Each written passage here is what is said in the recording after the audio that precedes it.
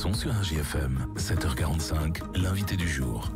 C'est une première en France pour le financement d'une école de musique. En tout cas, la ville de Commentry propose à tout un chacun de placer une partie de son épargne pour financer justement les travaux de rénovation en cours de l'école de musique.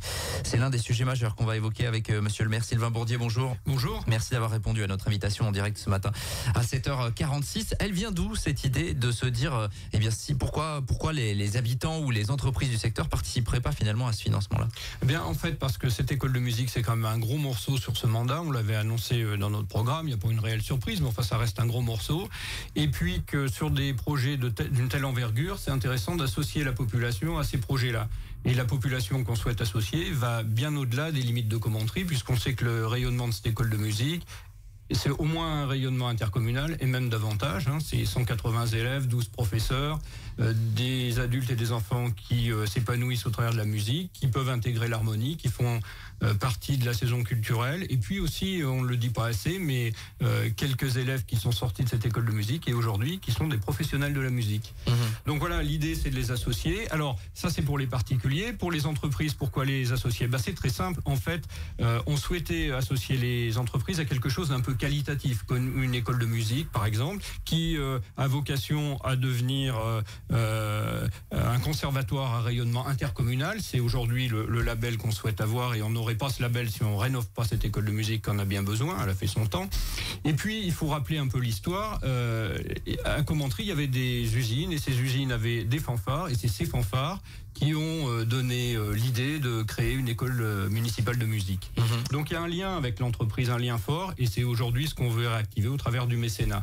On pense aussi que pour une entreprise, il y a quand même un intérêt à être associé à quelque chose d'un peu qualitatif, comme un conservatoire. Et puis voilà, c'est un projet qui va profiter au bassin de manière très large. Et aujourd'hui, on a intérêt à ce que nos bassins, ils soient en bonne santé, parce que la bonne santé du bassin, c'est aussi la bonne santé des entreprises qui y sont installées. On rappelle, vous l'avez dit, c'est un projet majeur de ce mandat. L'enveloppe globale de ce projet, 2,6 millions hors taxes. D'accord. Et vous espérez récolter combien, entre guillemets, via Alors, en fait, c'est pas notre espoir, il n'est pas fondé en termes de chiffres, c'est plutôt en termes de personnes associées au projet. Pourquoi? Parce qu'aujourd'hui, un particulier qui va sur la plateforme, alors on a un partenaire qui s'appelle Viliz, VI2L YZ, et sur la plateforme vous avez tout. Vous avez le taux d'intérêt 4% garanti. Vous pouvez faire une simulation. Par exemple, vous mettez j'investis, prenons 1000 €. Voilà comment ça va se passer pour mes remboursements. Ils sont trimestriels. On rembourse le capital plus les intérêts chaque trimestre. Donc le but c'est d'associer un maximum de personnes, parce qu'en réalité il faut rembourser sur 5 ans, et que sur un projet d'une telle envergure, sur un projet qui en gros est fait pour durer une quarantaine d'années, bien sûr que l'intérêt de la ville de Commentry c'est pas de rembourser sur 5 ans, c'est d'adapter le remboursement sur une échéance beaucoup plus longue. Mais c'est pas l'intérêt, c'est pas forcément la somme, c'est le nombre de personnes associées. Donc concrètement aujourd'hui, on connaît les produits d'épargne classiques. Voilà, ce que vous dites c'est qu'il y a des gens qui vont avoir cette philosophie de se dire moi mon épargne je vais la placer pour quelque chose qui profite au plus grand nombre. Oui, parce que aujourd'hui si vous avez de l'épargne en banque, le banquier va faire travailler cet argent. Mais vous savez pas quel projet vous allez financer, ni vous allez le financer. Aujourd'hui, ce qu'on propose, c'est de mettre un peu d'argent. Alors, le maximum, c'est 2500 €. Donc, comme dirait l'autre, on joue pas le domaine. Mais l'objectif, c'est de placer de l'argent sur un projet qui est sur le bassin et qui profite finalement à tous ceux qui y vivent. Et d'autant que 4%, ça reste un taux assez raisonnable, parce qu'on sait que les taux d'intérêt, ma banquière me l'a assuré, vont diminuer à partir de l'année prochaine. Donc 4%, c'est pas trop mal. Oui, bien sûr. Vous avez déjà un premier retour, puisque vous avez lancé ça lors d'une réunion publique la semaine dernière. Oui, la semaine dernière, je vois qu'il y a 11 100 € ce matin. Ce qui est plutôt rassurant, ce que vous dites. C'est bien. L'objectif, c'est d'impliquer un maximum de personnes, même si c'est voilà. 1 €, les gens peuvent aller sur la plateforme avec la carte bancaire. Ça se fait avec leur carte bancaire. Ils peuvent mettre 1 € sur le projet. Et puis, alors 1 €, ça va pas aller bien loin, mais mettez-en 100. C'est symbolique, c'est symbolique, évidemment. Voilà, avec eux, on parle aussi beaucoup de la manière de dépenser l'argent public. Vous dites, c'est un moyen aussi de sensibiliser un petit peu les personnes et de se dire, voilà, vous pouvez faire un geste aussi. Ça fait presque partie du package démocratie participative. On a le Conseil citoyen qui a son propre budget, qui est en train de monter des projets. On a volonté d'associer la population, pas à tous les projets, parce qu'elle ne le souhaite pas forcément, mais à certains gros projets, oui. 3 mois donc pour éventuellement placer une partie de son épargne. Pour placer une partie de son épargne. Et pour les entreprises, eh bien les entreprises qui souhaitent nous accompagner dans ce projet, et on leur garantit d'avoir une bonne visibilité sur ce projet, et puis on leur garantit quelques surprises également, eh bien ils peuvent, s'ils le souhaitent, appeler au cabinet en mairie, et puis j'aurai plaisir à les rencontrer. Bien sûr, avec un taux de défiscalisation de 60%. 60%. Ouais, ce qui est pas neutre non plus, évidemment, avec la volonté aussi de participer à un projet local. C'est un one shot ou c'est quelque chose qui ponctuellement pourrait être renouvelé? Bien sûr, ça fait un petit moment qu'on réfléchit à ce type de financement pour associer un maximum d'acteurs. Moi, je souhaitais pas le faire, par exemple, sur des travaux de voirie ou des choses comme ça. Je voulais le faire sur quelque chose d'un peu qualitatif. Et aujourd'hui, une école de musique qui a vocation à avoir le label de conservatoire, je pense que pour une entreprise, être associé à ça, c'est plutôt pas mal. Le site, le partenaire, c'est donc Viliz, VI2LYZ. C'est là où les gens peuvent se renseigner. Voilà, c'est une plateforme agréée par l'État qui nous garantit à la fois les remboursements, la défiscalisation. Il n'y a pas de surprise. Voilà. Pas de mauvaise surprise en tout cas. Pas de mauvaise surprise. C'est en tout cas un projet assez innovant que vous lancez. Autre chose d'assez innovant, le conseil municipal s'est prononcé, il me semble, il y a quelques jours là-dessus. C'est le fait que la ville va devenir officiellement ambassadrice du don d'organes. Il y aura, j'imagine, des petits panneaux aux entrées de ville. Il y aura des panneaux en entrée de ville. Eh bien, ça fait partie de l'engagement de la ville de Commentry, aussi bien sur les actions santé, les actions autour de la nutrition, les actions autour du don du sang qu'on encourage, et puis maintenant le don d'organes. Je pense que on peut sauver des vies, ça coûte pas grand-chose de le faire.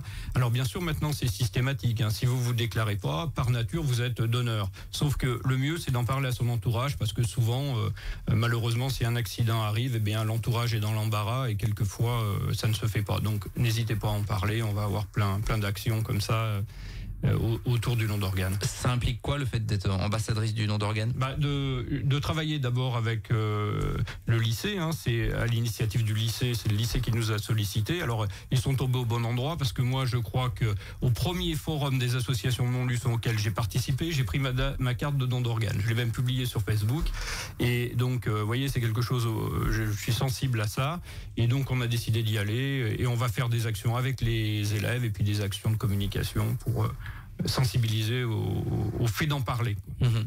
Il nous reste 2 minutes à peu près pour parler des autres projets en cours. Vous étiez venu nous présenter il y a quelque temps la volonté de mettre en avant le passé minier de la commune, rue Denis Papin. On en est où de cette poudrière? Alors la poudrière est sortie de terre, le crépi est fait, la toiture est faite, l'entrée de mine est sortie de terre également. Là, ils sont en train de faire tout le parcours piéton, et puis on va paysager ça dans les semaines qui viennent.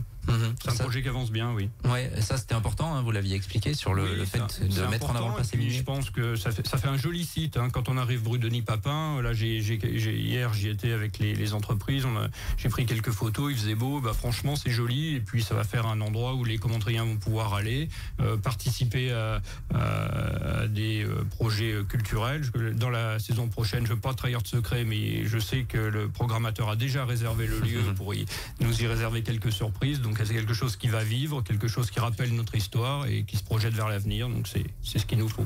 Vous n'allez pas changer le nom de la commune, ça ne sera pas Commentry-les-Mines. Je sais pas, j'hésite. On avait parlé de ça, je me souviens, sur une interview il y a quelques temps. Autre dossier majeur, la rénovation de l'école Anne-Sylvestre qui est en cours. Oui, alors là pareil, tout avance bien. Donc là c'est bien sûr l'isolation, c'est le gros point. Les menuiseries, les sols. Elle sera finie avant la rentrée scolaire, mais on intégrera l'école qu'à la rentrée scolaire, parce qu'on ne veut pas changer les enfants en cours d'année. Actuellement, ils sont tous regroupés à l'école du Bois. Et là, j'en profite pour demander aux parents d'être raisonnables sur le stationnement, parce que c'est forcément compliqué.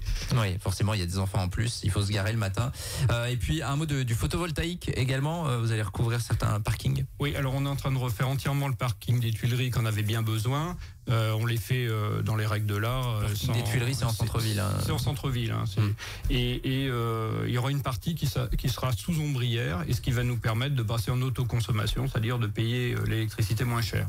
Et puis les voitures restent à l'abri, quand il fait chaud, elles sont à l'ombre. Ouais, il y a le parking de l'Agora aussi qui est un projet Le du parking même de type. l'Agora, ça sera la même chose, ombrière, et puis on passe en autoconsommation d'électricité. Pour la piscine, par exemple, ça pourrait faire une économie de 40 000 € par an. Oui, c'est pas neutre non plus. C'est pas neutre. Et puis en termes de travaux, pour terminer la rue Voltaire, ça c'est quasiment terminé. On a élargi la rue, on a fait également le parking à l'arrière des bâtiments, c'est-à-dire juste devant la Pléiade. Il reste les arbres à planter, donc c'est pareil, c'est la bonne saison pour les planter, ça devrait pas tarder. Merci Sylvain Bourdier d'avoir été avec nous ce matin pour présenter notamment ce projet de financement de l'école de musique. On rappelle la plateforme Vilyz, VI2LYZ. Si vous êtes intéressé, vous pouvez vous rapprocher aussi des services de la ville de Commentry. Il est 7h56, on est en direct et on revient dans quelques minutes. Tous les matins, 7h45, l'invité du jour en direct sur RJFM. Retrouvez l'invité du jour en podcast sur rjfm.net et l'appli RJFM, mais aussi en replay vidéo sur YouTube et Facebook. RJFM.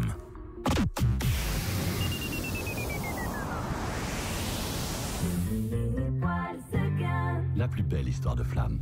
C'est les irrésistibles chez Seguin. Jusqu'à 20% de remise sur les cheminées, poêles et